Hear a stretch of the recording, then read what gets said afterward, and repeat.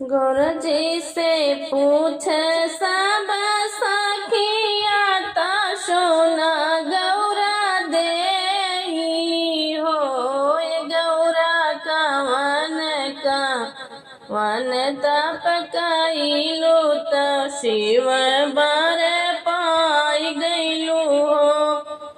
गौरा का वन तप कइलू त शिव बर पाई गइलू हो। हंसी हंसी बोलनी गौरा सुना हो मोरी सखियन हो। हंसी हंसी बोलनी गौरा सुना हो मोरी सखियन हो। सखिया जेठ में कैली तपस्या तो सावन सोमवार कैलियो।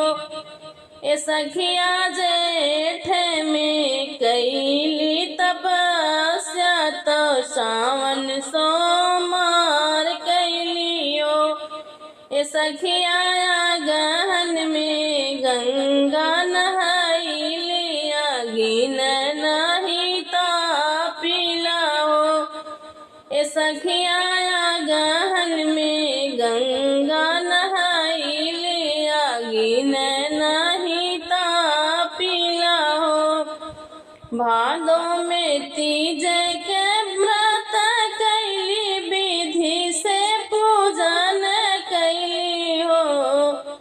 भादो में तीज के व्रत कैली विधि से पूजन कैली हो।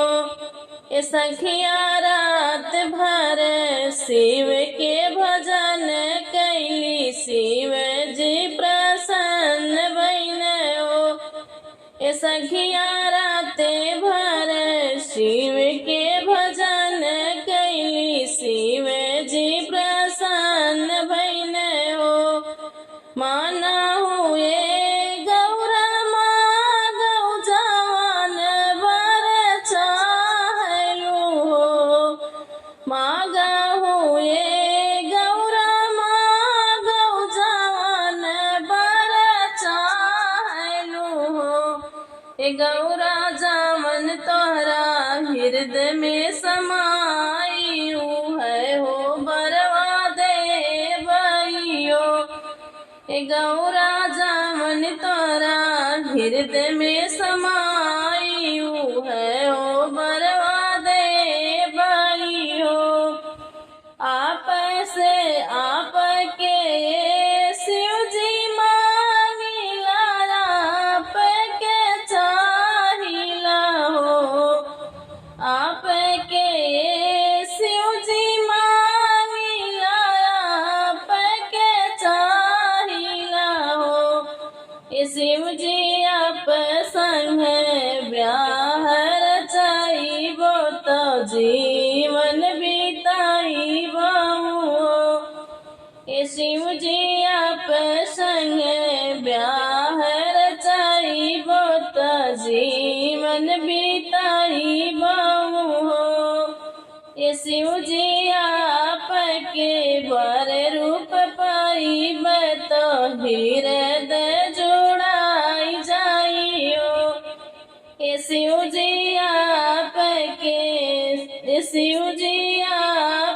के बर रूप पाई तो हृदय जुड़ाई जाइयो। शिव जी से भइले बियाह तो मन बर मिल गइले हो। शिव जी से भइले बियाह तो मन बर मिल गइले हो। सखिया तना बरत तप कैली तो शिव बर पाई गइली हो। सखिया तना बरत तप कैली तो शिव बर पाई गइली हो। गुरुजी से पूछ सब सखिया सुना हूँ गौरा दे गौरा कवन कवन